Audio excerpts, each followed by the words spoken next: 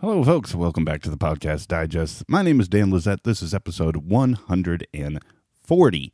Huge episode for the show and a great conversation I cannot wait for you to hear. But first, let's get the business out of the way. Wanted to let you know that if you love what I'm doing, if you subscribe to this show and you get as little as $1 a month, you can support me and this show over on Patreon. Link in every single episode of the show notes. And I would be forever grateful if you take a moment, hop on over that page and click to support. Speaking of support, also want to thank this week's show sponsor, my friends over at Fireside. Fireside is a podcast hosting and analytics platform created by podcasters for podcasters. If you use the code TPD when you sign up over at fireside.fm/TPD, you'll get 20% off the standard plan for 3 months. And I'll tell you more about them in just a little while. Let's get to this week's show. And let me tell you just a little bit about it before we hop into this conversation. As you guys already know, my guest, actor, comedian, director, producer, writer, you name it, and podcaster, Michael Ian Black from How to Be Amzing is my guest this week. This show was one I was very excited to sit down with. I can tell you that it took a little while in terms of scheduling, but it was worth it in the end. One of my favorite conversations I've had so far in 2.5 years of doing this in 140 episodes. And I asked Michael about some of his guests and some of his preparations in getting ready to sit down with some of the amazing guests he's had a chance to talk to. And similarly, I had an experience where I had a little bit of nerves before I sat down to talk to Michael. But I was confident that he would be a great guy to talk to, and it definitely was that, and more, to be honest. By the end, I felt like we could have gone on much longer, but I had a great time with this conversation. Michael is a super interesting guy and has got an amazing show. How to Be Amzing is quickly turning into one of my favorite interview-based shows out there, and with good reason. You'll hear why. If you've not heard of How to Be Amzing, I could not recommend it any more than I do, and I think you guys are really going to enjoy this conversation. If you do, please tell a friend about the Podcast Digest, guys. I put this out there for you, and I really hope that you enjoy going behind the scenes of some of these big shows in Apple Podcasts and in Google Play, Stitcher, wherever you listen to the show. So please tell a friend, write a review on iTunes, check out the Patreon link. Any of those things would be greatly appreciated. Just share the word. The more people who come over, the greater this thing can keep on going. So really appreciate you taking the time to listen, sharing the show.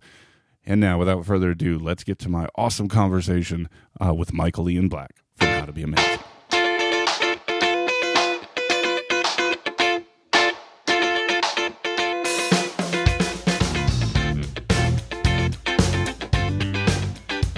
Hello, folks. Welcome back. As I mentioned up front, my guest this week, an interview show that I've become a huge fan of. And, folks, you probably know my guest already, Michael Ian Black from How to Be Amzing. Welcome to the Podcast Digest. Thank you so much. Thanks for joining me, Michael. Really appreciate it. And to talk to you about the awesome show you've got. Usually, this is the time in the conversation I ask people to tell folks a little bit about themselves before the podcast. But that's a slightly ridiculous question for you. I imagine most people listening probably know who you are and are familiar with your work.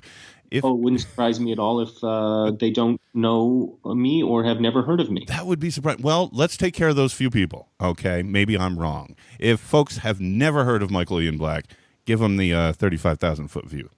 I'm an actor. All right, how about the 15,000-foot view? I'm an actor and a writer and a comedian, and I've been on some shows. Started my career on a show called The State on MTV, and then went on to write and create some other shows that were quickly canceled, and then some shows that were less quickly canceled, but canceled nonetheless. And I'm currently on some shows, and I do a podcast. Got it. And there'll be links in the show notes, folks, if you want to know a little more detail.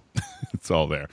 So in preparing this conversation, I was really this close, Michael, to just starting out with this question, but I figured it might not be a good thing. But I just want to kind of ask, is sort of Mark Maron a sore spot? I was just curious. Oh, no, of course not. You mentioned that on a recent conversation with How to Be Amazing, where that came back up again. Yes. Mark and I are long-time frenemies, I guess, but probably more friend than me at this point. Because you've worked with him on a number of different occasions, yes? Well, no, I wouldn't say I've worked. I mean, I've known him for years and years and years. We haven't really worked together very much, other than he used to appear on my stand-up show called Stella with me and my friends Michael Showalter and David Wayne. We used to host a show every week, and he would be on that quite a bit. And then I showed up on his TV show once, and I've been on his podcast a couple of times. Yeah, and the appearance on his TV show, that's the last time I remember seeing you guys there together. And so, well, that's cool, because I think it was in the most recent episode you mentioned somebody has to tell me how great he is again. And yes, I jokingly referred to him on my own podcast in hopefully a self-deprecating manner and not in a way that was a slight towards him, because his show really is great. Yeah, and it is one of those ones that I think that your show, along with several others, I think inevitably draw comparisons due to that sort of long-form interview conversation. But for anybody who hasn't heard at all about How to Be Amazing, that's the project we're here to talk about.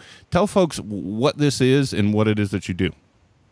It is, as you described, a long-form interview show with people who either I or my producers deem in some capacity amazing. And then I talk to them mostly about what it is that they do creatively. They're generally creative people, how they do it and why they do it. And we positioned it internally as kind of trying to hit the sweet spot between Marc Maron and Terry Gross. That's kind of where we were aiming. I actually think that's a great categorization. I think that, this many episodes in, and for folks at the time of recording, you guys are, what is it, 56 in. I would say that's, are you comfortable with how it is sitting in that range at this point?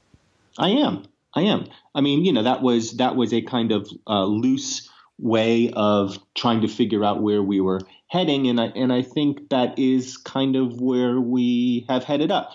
The idea is to be earnest, and for me, that's sort of a novel thing because I am a comedian, and but to be funny when appropriate. And to really keep the focus on the guest and not on me, which I think I've done a pretty good job of doing, but also not being afraid to interject and talk about myself and as it relates to the guest when appropriate. So that's been it's been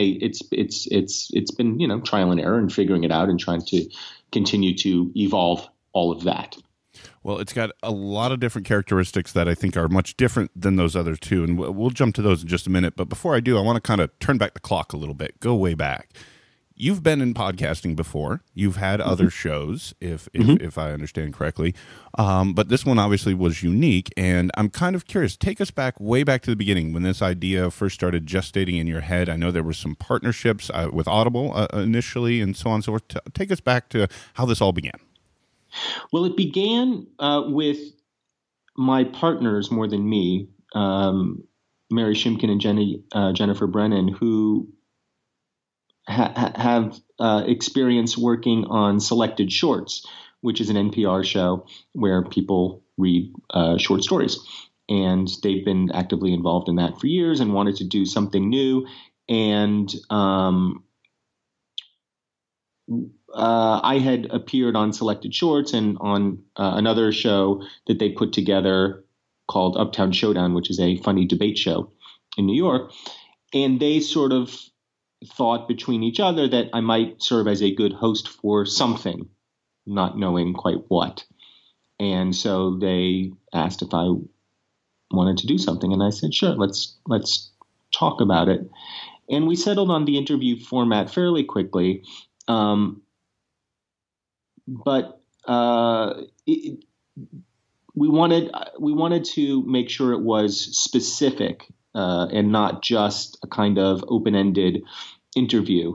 And what interests me as a creative person is process, the creative process, how people do what they do. And so we started with that. And in trying to figure it out, we initially thought that we would try to sell it to radio, with maybe the mistaken idea that we could make money that way. Because I think we all like money. And then as it happens, the more we started talking about it and getting advice from other people about it, it just seemed like the better way to go would be to release it ourselves. And if money were to present itself at some point in the future, that would be great. But when we really started getting into it, we all discovered that we just liked doing this. And so that's what we did. And the title, How to Be Amazing, came from Ira Glass, who we sat down with one day to ask his advice. And he very generously took an hour or so and talked to us. And when we described the kind of show we were wanting to do, he said, do you have a name for it? And we were talking about maybe calling it Backstory. And he said, that's a terrible name. It sounds more like a How to Be Amazing kind of show. And we said, can we steal that from you? And he said, fine. And so that's how we came up with the name. Yeah, that story is regaled on that episode when Ira is a guest. That's exactly right. Which is a great episode among a ton of great episodes. But I'm curious, Michael, your resume is vast in terms of roles and experiences. You've done so many different things, but I'm not too familiar before this show how much experience you had on being on this side of an interview conversation. Obviously, in all those roles, you've been interviewed a million times. But yeah. What was your comfort level in stepping to this side of the conversation? High, much higher, actually, than being interviewed. Awesome. I find myself much more comfortable asking questions than answering them because I feel a lot less pressure. Like right now, I feel tremendous pressure to be entertaining in some capacity, and I'm trying to resist that pressure. But when I ask the questions, I feel far less responsible to be amusing or entertaining. I really am just trying to get information, which is sort of what I do in normal conversations. When I normally talk to people, I generally deflect the attention off of myself because I just get very self-conscious and shy. So I'm much more comfortable interviewing than being interviewed. As an interviewer myself, and one with a lot less experience in the world than somebody like yourself or a Marin or even some of the other ones you mentioned, Terry Gross, and I could name others like Brian Koppelman with The Moment and others that I think do an amazing job and I've taken influence from significantly. I've been attached to your releases with this because I really do. I love the style that you've brought to it because it seems so non-traditional, but not in some kind of exotic or showy way, but in a way that is, I think conversational has become sort of I don't know, not necessarily a generic term that's overused, but it almost seems like you are immediately reaching out for that connection. And then once you get it, you kind of just let it go. And is there any way that you could put in words how this happens, or is it just sort of something built into you? Well, no, well, first of all, thank you. That's very kind of you. And secondly, it's very purposeful. And it's all kind of by design.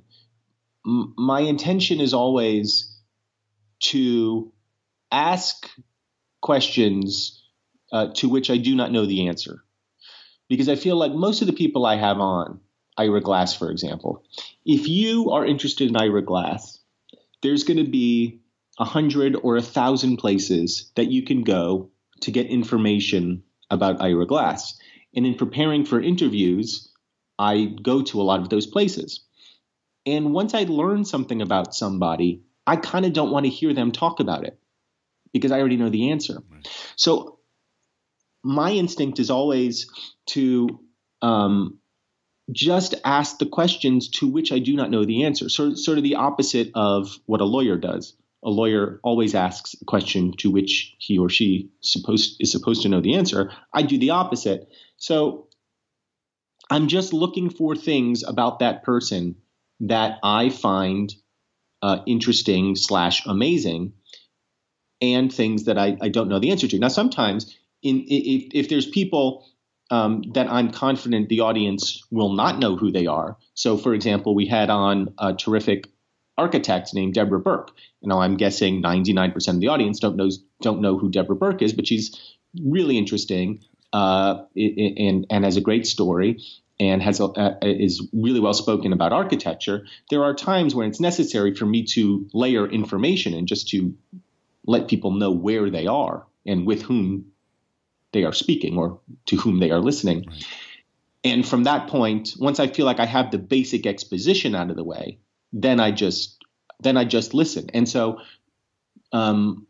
usually when I go into an interview, the only thing I know for sure is what my first question is. And sometimes I don't even know that.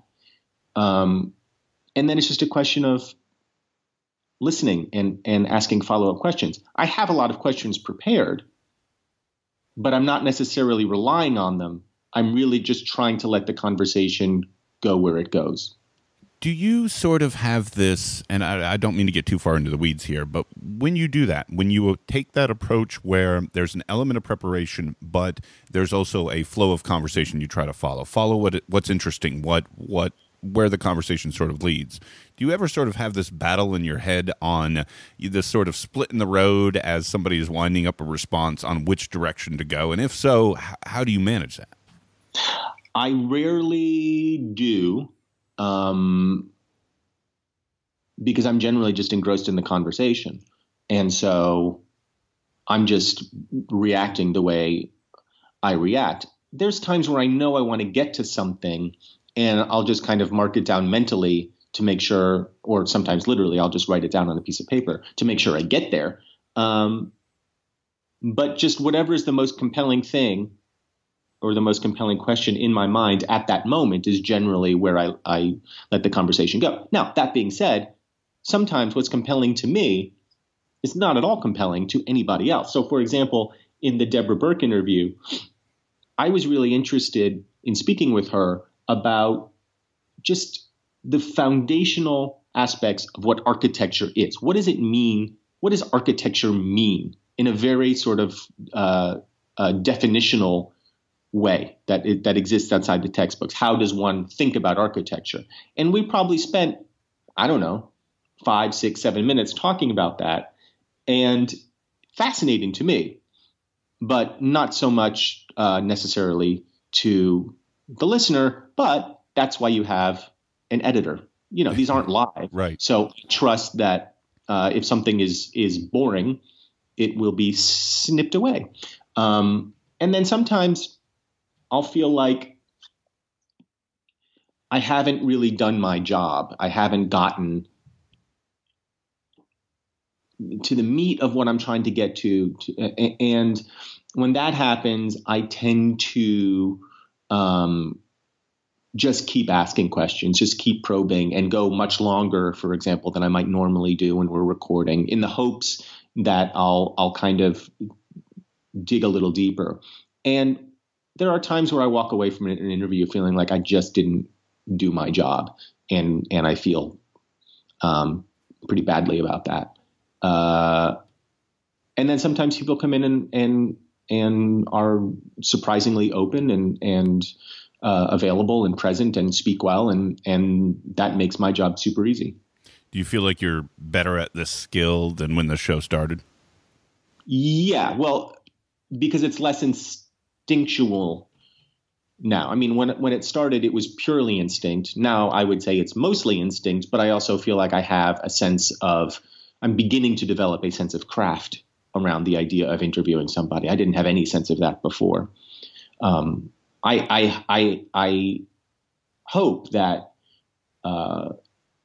in developing a sense of craft, I don't lose what I think was good about my instincts. And so far, I don't feel like it has, but I'm definitely harder on myself now than I was when I started, and that kind of sucks. Well, from a listener perspective, I can tell you that it's amazing what I would consider, and maybe this is the result of the editing, right? The consistency. It seems as if there is almost like you came out of the gates with all of this planned, all of this learning done in advance, and sort of brought it from the beginning. Because when I've listened through the catalog at different places, I think I've originally found you and jumped on somewhere around 15 to 20, somewhere in that window, and then I kind of cherry picked a few of the back episodes that exceedingly interest me. And there was a lot of great ones early on, and folks are just now finding out about this.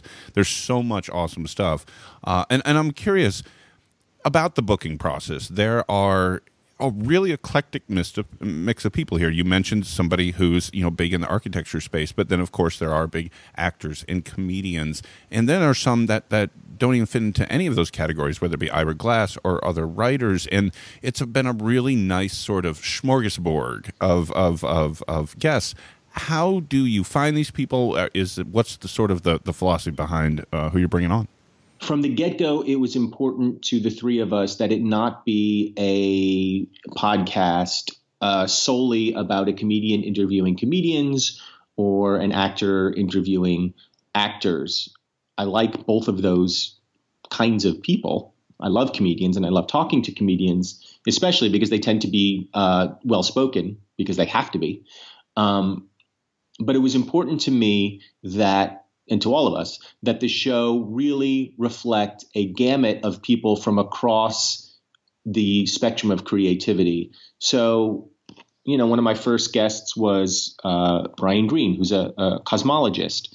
We had one of my early guests was Carl Tanner, who is a opera singer who used to be a bounty hunter. Just, a great story. As I mentioned, Deborah Burke, Amani Al-Khattatba, who is a young Muslim American woman who is really who created this space called MuslimGirl.com and is an author and is kind of a millennial advocate for Muslim Americans. And then there's people like Jim Gaffigan or Amy Schumer or Judd Apatow. And then you get people who kind of cross over from one world to the other, like Neil deGrasse Tyson, who's just so well spoken on his areas of expertise and pretty much everything else. And so we're always looking for different kinds of people. Like I just interviewed a musicologist, and that'll be coming out probably next. The kind of person that you wouldn't necessarily know about or hear about. And we're hoping that the brand, the How to Be Amazing brand, whatever it is, becomes a place where you trust our taste, that you may not know the person who's on it, but you'll hopefully trust us enough to give that a shot, which is kind of the Terry Gross aspect of it for me. She's so good at what she does that I know whomever I tune into, it's going to be really interesting. And in fact, I generally prefer episodes of Fresh Air where I don't know who the person is, for the reasons that I've already said. I mean, if I tune in and she's talking to Bill Murray, that might be entertaining, but I know so much about Bill Murray already, I'm probably not going to learn that much more. Whereas if it's somebody I've never heard of, chances are I'm going to learn a lot. All right, folks, let me hop in here just for a quick moment and take a second to tell you about this week's show sponsor. This week's show is brought to you by Fireside. Fireside is a podcast hosting and analytics platform. It's created by podcasters for podcasters. So if you are already a podcaster, you're thinking about becoming one, you need to hear me out. Fireside was started by Dan Benjamin. He's the founder of 5x5. He's taken everything he's learned since 2009 by making podcasts for a living, and he turned it into a platform for everybody at any level of expertise. So this product is put out there, this hosting service is put out there by people who know what they're doing. Dan is a previous guest here on the Podcast Digest. He could not have been any better person to put together something like this. It's literally his day job, folks. Fireside has it all. You can upload unlimited amounts of show, download them to, if you become massively popular with millions of listeners, Fireside's got you covered. You're going to get a ton of real-time data and analytics about your unique downloads. So you'll know where they come from, what day they downloaded, so on and so forth. You're going to get a super fast delivery system for the best download speed, so your listeners will get your show super fast. You can have multiple podcast support. So if you've got like 4 shows, Fireside's got you covered. One-click import from platforms like Libsyn, FeedPress, Simplecast, SoundCloud. Custom domain mapping if you've already got your own domain. And you're going to get a beautiful, responsive website that has your own artwork, host and guest pages, tons of advanced features like sponsorship integration, chapter markers, a bookmarklet for links. So when you're collecting all the links for your show notes, there's a bookmarklet that you can install to have them go immediately to your show notes. Auto posting of future episodes, time code linking, a ton of stuff, guys. Everything you could possibly want. Now, you can try Fireside anytime for free for 7 days. During that time, you can import your existing show if you've already got one for free, and take advantage of every feature Fireside has to offer during that first week. The unlimited plans start at $19 a month.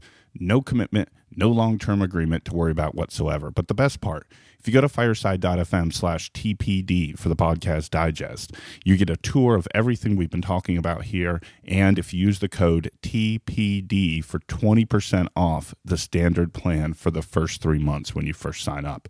You can't beat that deal with a stick, folks, and you're going to love Fireside.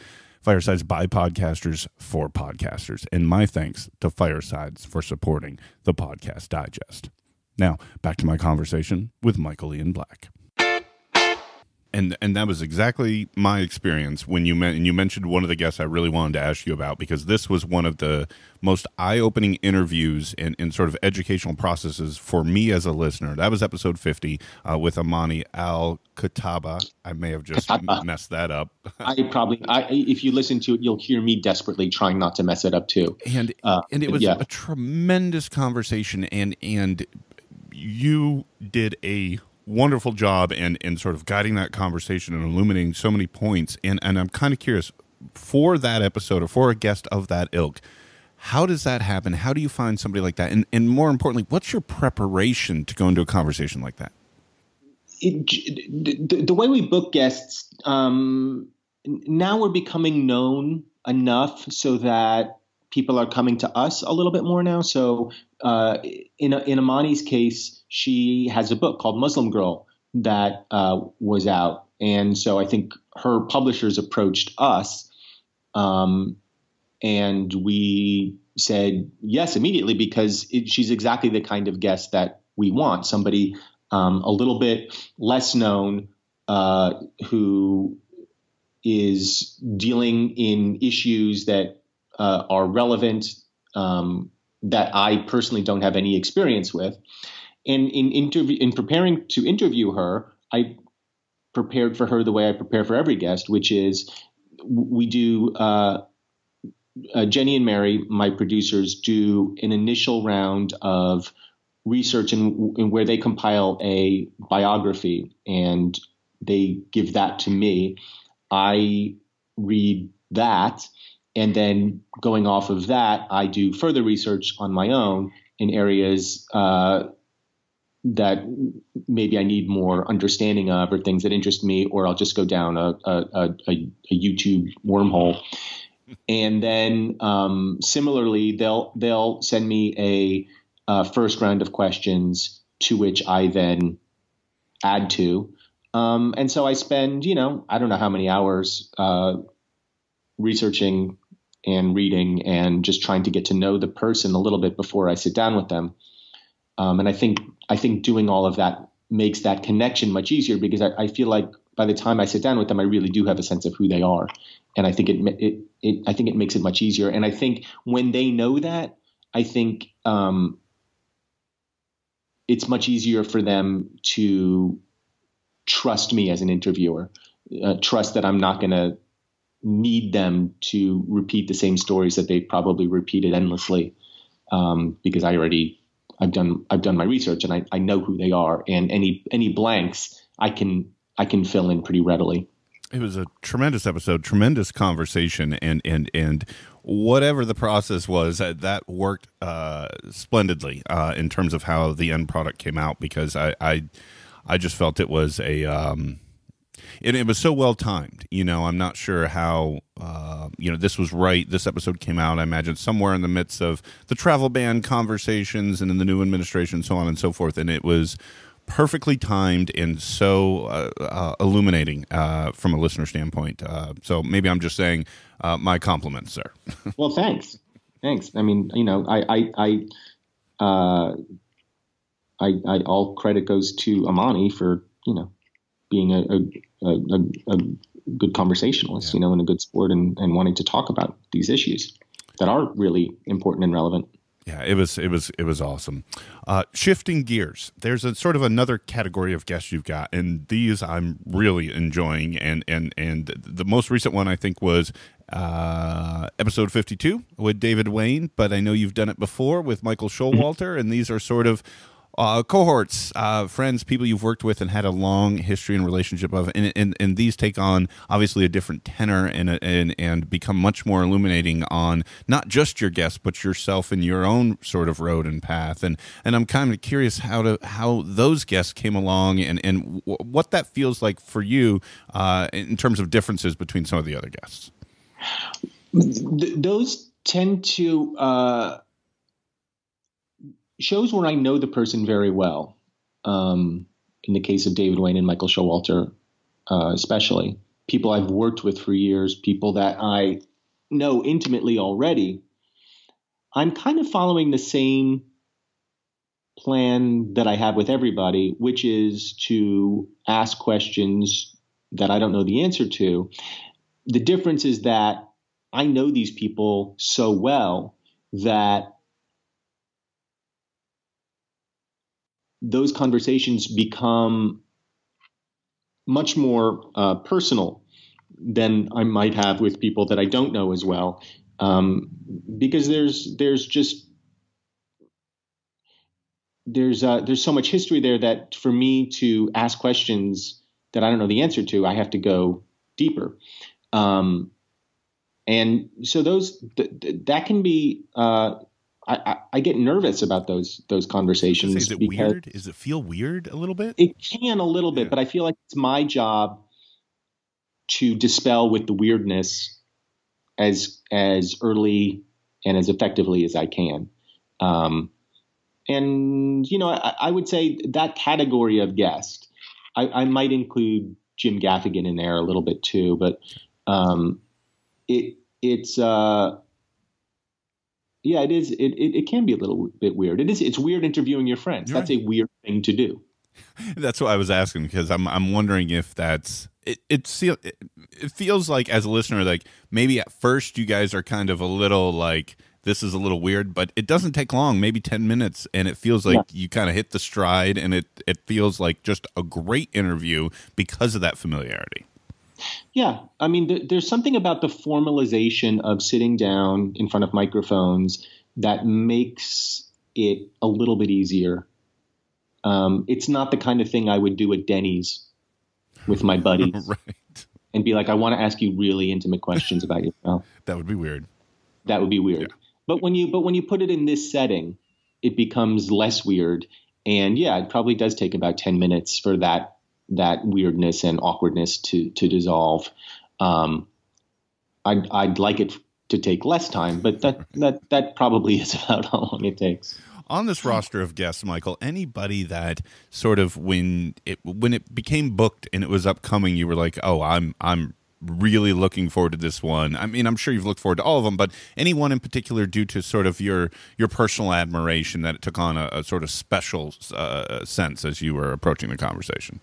Well, when that happens, and there's one that I'm doing tomorrow, I'm interviewing Al Franken. It is less about I'm looking forward to it and more about I'm totally dreading this because I don't want to screw it up. Right. And I don't want to blow this opportunity.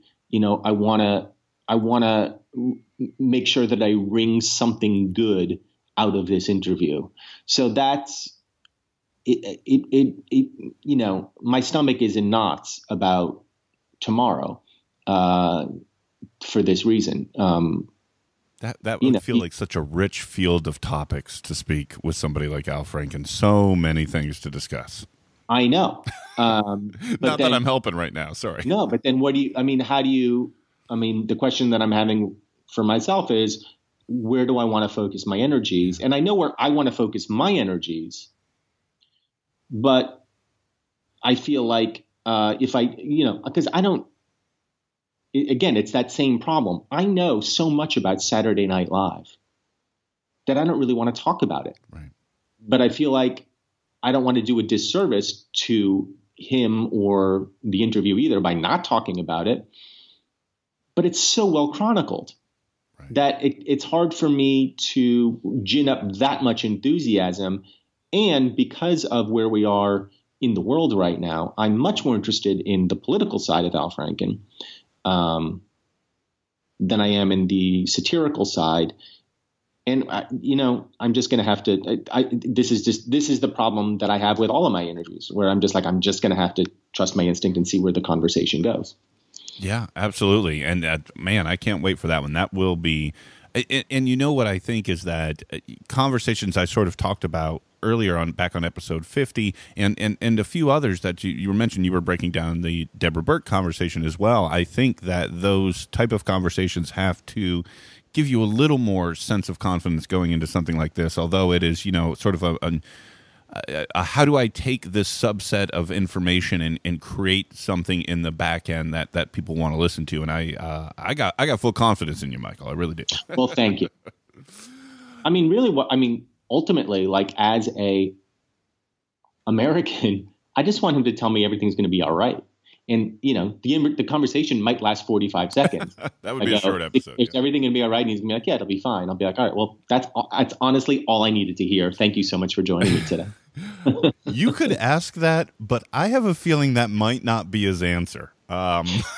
Sadly. Well, honestly, like, as I mull sort of where I want to begin, like, I'm kind of thinking about jumping into the deep end kind of right off the bat. I was, you know what? That could be a segue into some of the production questions I had for you, because oftentimes, and it could be every time, I think it is every time, your episode sort of opens with a soundbite, if you will, after the ads. And I wanted to ask you an ad-related question as well, but after the ads, then it's sort of a soundbite. That could be the perfect soundbite. If you do ask him that and he's got a response, there's your opening soundbite for that episode. Yeah. I suspect Al Franken will give me a pretty good soundbite or two on his own without too much prodding. So some of those production questions, you talked about sort of what you guys were targeting, that lane between Terry Gross and Mark Maron and, the amazing aspect of some of these guests, the variety of the guests. But there's other unique things, sort of what people will hear if they are now subscribing to How to Be Amazing, folks, if you haven't already done that. One of those things is a much more highly edited product, highly produced product in terms of the interview show genre, 100 times more than me, and even more than Maron, and probably more than Terry Gross. You guys are integrating music. You're integrating almost a narration aspect. Sound clips are an awesome addition. And I'm kind of curious what this discussion was with you and the producers on how this came to be this way. My input into the post-production of it is almost zero. And that is because I tend to have both bad ideas and in a almost animalistic aversion to hearing my own voice. So my feeling is, when I've done my job, which is the interview portion of it, I feel like I'm done. You guys put it together, and they do such a good job that I just don't concern myself with it. But you have heard the end product, yes.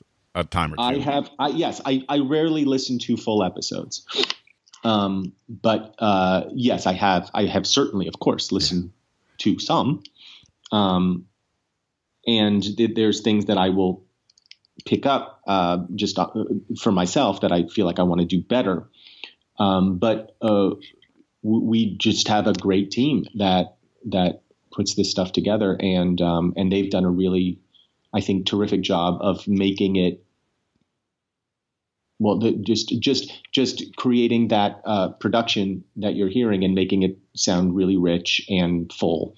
And all of those clips and music and resets and all of that also serves as a way to edit out whatever fumbling and flubbing and conversational dead ends that I may take our guests down. It really rounds out the experience, especially on those ones, again, going back to the point you made about people you don't know, when you then hear either a sample of their work or a clip from a stand-up or a previous interview they did, or whatever the case may be that the producers are inserting in. It really rounds out the conversation in a way, because we keep drawing them in a way that a Marin conversation doesn't do, because you don't hear that on WTF, you don't hear that on my show or most interview shows. And I think it adds a unique aspect to the listeners, and my hat's off to the whole team in terms of putting that together, because it comes out, it allows it to sort of differentiate from your standard interview show in an awesome way.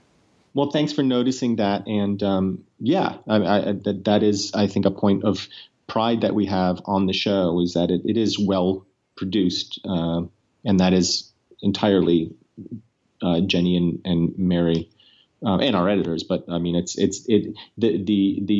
sort of soundscape of the show is Jenny and Mary's creation. I mean, this approach got Josh Groban music in it, so Yes, it did. I had to ask, Michael. It really sounds like you were a really big fan. That kind of came through. Was I hearing that right? You absolutely were. But let me say this. What I said to him was exactly true, which is I kind of knew Josh over Twitter. We joke around and I've obviously heard Josh Groban before, but it really wasn't until I started researching for the episode that I realized kind of how great he is. I mean, he's great. Yeah. And I guess I didn't really know that. I didn't know the extent of his abilities and musicality and talent until I really started delving in. And I really did become a fan, and that's how I started the interview. I tell you, when I heard you having that conversation, I had my own little, I'll just throw this in as a relating conversation. We talk about Josh Groban and being amazing. And you mentioned it briefly in the interview, this episode 55, folks, of How to Be Amazing, about his holiday album, his Christmas album that he did. I am a 17-plus year mobile DJ. I do a lot of weddings. I do a lot of holiday parties. And come every December, Josh Groban's holiday album is a part of my regular set that I will play during dinner at a lot of these corporate holiday events. I'm telling you, I've literally seen people raise their head, and I've had people ask me, who is that? That may not have been familiar. That's how amazing Josh Groban's music is, just in that one example. Well, he's the kind of guy that, and he's so well aware of this. I mean, he jokes about it all the time. Like, nothing that he does is cool in the sense of the way that we think about cool in the culture. Right. And one of the things that we talked about is that it's that earnest quality that he has. He really does sing songs about rainbows, and it's so unhip to do that right now. And I find that really inspiring, actually, that somebody can move so against the current in such an honest way, because I think those songs really are an honest expression of who he is. And maybe it speaks to me because the show that I'm doing, How to Be Amazing, is an earnest show. And it's uncomfortable for me to live in an earnest space. And so to see somebody who does that as a career and immerses himself so fully in that, for me, that's inspiring. And in that interview, the other thing that came out of it for me, Michael, was humanizing that you're doing. Another guest of mine that I've talked to previously, she's got a show called Little Known Facts, Alana Levine. She has spoken to a lot of great actors. She pretty much focuses on the actors, either Broadway or on stage. She's talked with Michael Broderick, or Matthew Broderick, I'm sorry, and Molly Ringwald and many others.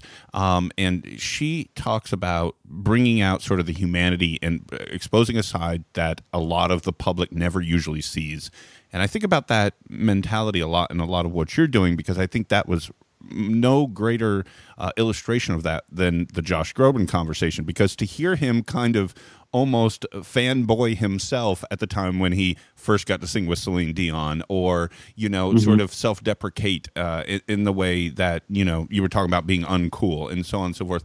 I never knew that about Josh Groban, but you brought that forward in that conversation. And I think that's great for either his fans or just sort of casual people aware of his work in general. And it sheds a new light. Well, great. I mean, that's certainly always the intention, which is to, as I said, just give you answers to questions you didn't necessarily know you wanted to ask. But when you hear it, you go, oh, yeah, that is interesting. I didn't know that about this person. Let me shift gears again one more time here as we sort of approach the finish line here, Michael. Where do you think How to Be Amazing so far? And I know it hasn't been forever, 50-ish, 56 episodes in at the time of the recording. But I'm kind of curious. You've done so many things in the world in terms of acting, stand-up, writing, children's books, adult books, producing, and I'm not even touching the tip of the iceberg here. Where does this fit in sort of your level of personal gratification in terms of all your other projects? Are you enjoying this? Oh, yeah. I mean, there's no reason to do it if I'm not enjoying it. I get a lot out of it. I'm not a very social person. I have no real interest in going out and doing things. I'm bad at parties. I don't do well in rooms where there's noise because I don't hear very well. And so this is my chance to have conversations with people that I feel like I would love to have conversations with. If given the opportunity. So I'm given the opportunity and I'm trying to take advantage of it.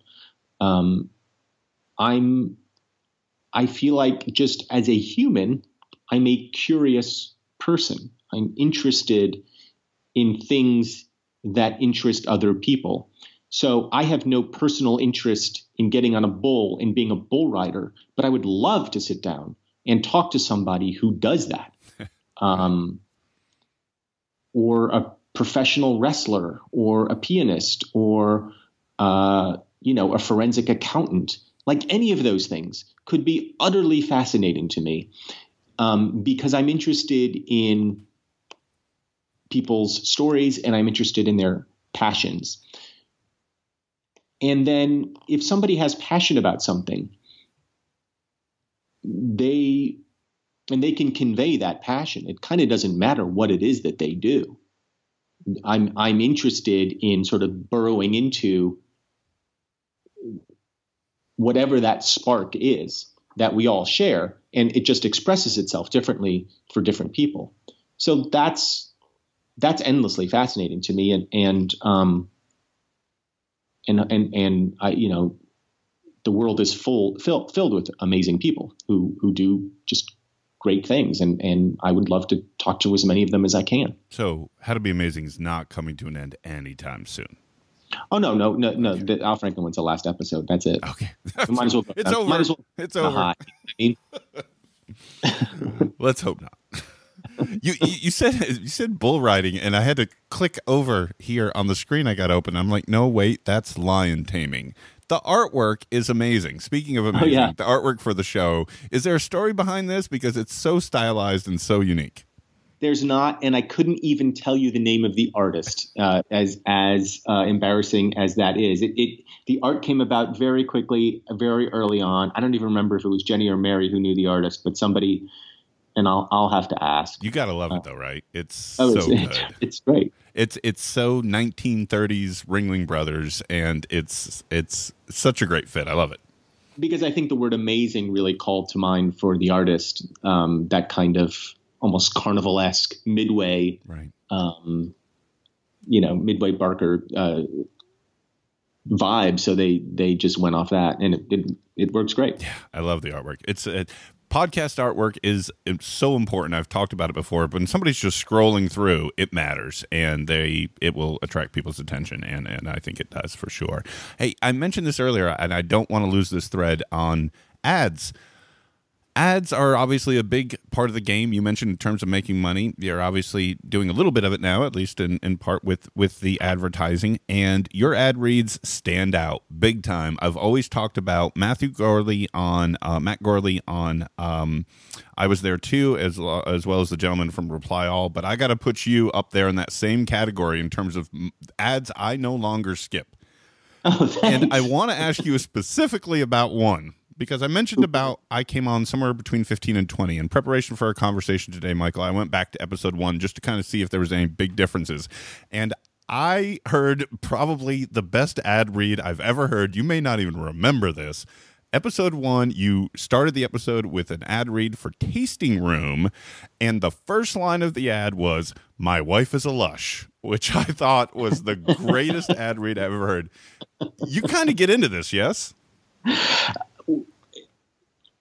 Here's my philosophy about it. When I was a young lad growing up in suburban New Jersey, there was a radio announcer by the name of Howard Stern who was on the local AM station. And he would spend minutes, long minutes, talking about Snapple or whatever his product was, in what I always found to be a really engaging way, where he was just extolling the virtues of whatever product he was hawking, but doing so, I thought, in a very honest way, where I believed him. I believed that he was interested in the product, knew the product, cared about the product, and he could spend 5 minutes talking about Snapple, and I was happy to listen to those 5 minutes. So that's what I'm trying to do. Yeah. I'm really just trying to make the ads feel like an honest expression. And that being said, one of the things that I didn't know about this game when I got into it is if you have a sponsor like Blue Apron, they'll send you stuff so you know what the product is, right. So you know what you're talking about. Yes.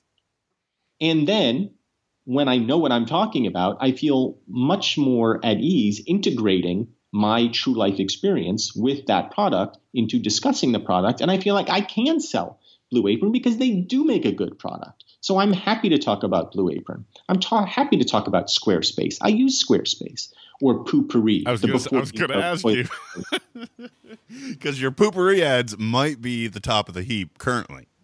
Well, when Mary came in and said, "We have a new sponsor and it's Poopery," I didn't know what Poopery was. And I felt like, oh dear. Oh no. This is not the sponsor that I was hoping you were going to say. I thought maybe it was going to be Apple Computers. Or like Ford or GE or Coke. Something like that. I was not necessarily anticipating Poopery. But I have found that I have a great deal of fun discussing Poopery, the before you go toilet spray. I love it, man. Your ad reads are up there, and there are only a few shows, and look, I've had over 110 guests from different shows. I subscribe to over 100 shows. I cycle that list constantly. Wow. And for me not to skip an ad means I'm pretty damn entertained, and I'm loving what you're doing right now. And like I said, when I went back and heard the beginning of the Tasting Room ad that started, "My wife is a lush," I was like, this is the greatest ad read ever. Did your wife say anything about that? Oh, she doesn't listen to the show. Are you kidding? She doesn't give a shit about what I do. She still doesn't know that you said that on an ad read? No.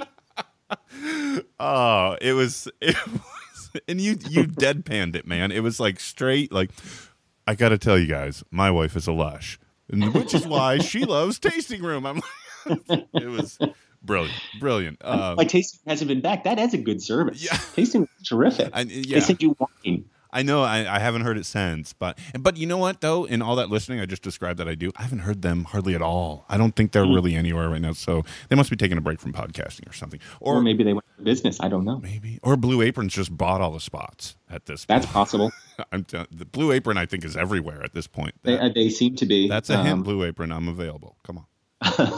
Well, God bless Blue Apron. Yeah, absolutely. All these great companies that are supporting podcasting, and I think they'll be regaled in a little while as the smartest ones because, as you well know, I mean, it's getting bigger and bigger and growing, and so good for them. Well, Michael Ian Black, thank you so much for joining me. I really appreciate it. Oh, my pleasure, Dan. Thank you for the interest and for listening. I'm happy to be in your cycle of podcasts that you enjoy. Been on for months and it's not going anywhere. That's for sure. If you've got it handy, Michael, it'll all be in the show notes. But if you want, please tell folks where they can find How to Be Amazing. On iTunes or howtobeamizingshow.com. Yep. And it was also on Twitter. Oh, right. At HTBA_show. Got it.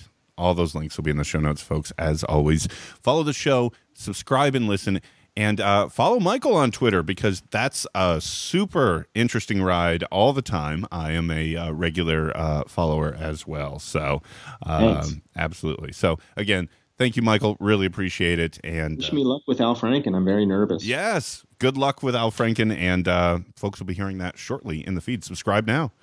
Yep. Because that's going to be a heck of a conversation for sure. So. And that's it, folks. That will do it for episode 140 in the books. What'd you guys think? Michael Ian Black from How to Be Amazing. What a great guy. What a great show. I really think you're going to love How to Be Amazing. If you're not already subscribed, my full-throated recommendation in doing so. You will thoroughly enjoy some of the conversations with the amazing guests that we were just talking about. If you enjoyed this episode of the podcast, I just talk about it. Facebook, Instagram, and most importantly, Twitter. That's where I spend most of my time. Use the hashtag TPD so I can find this conversation. And also tell a friend about the Podcast Digest, folks. We want as many people in this ever-growing tent as we possibly can. Leave a review on iTunes, Google Play, or wherever you listen to podcasts. And just enjoy and let me know who you guys want to hear from. Send me an email. Give me some feedback. All that awesome, fun stuff. I want to know you're out there. And if you really love it, you can click on the Patreon link in the show notes. If you're a podcaster or prospective podcaster and looking for new hosting, check out this week's show sponsor, fireside.fm/TPD. You'll get the tour, and if you use the code TPD, you'll save 20% off their standard plan for the first 3 months. My thanks once again to Fireside for supporting the Podcast Digest. So episode 140 is in the books, folks. Hope you enjoyed. I really do. For new people just coming on over, stick around. Hit that subscribe button. Go through the back catalog. There are easily over 110, 115 interviews with some of the guests of shows you're already listening to, I promise you. So until next week, folks, my name's Dan Lizette for the Podcast Digest.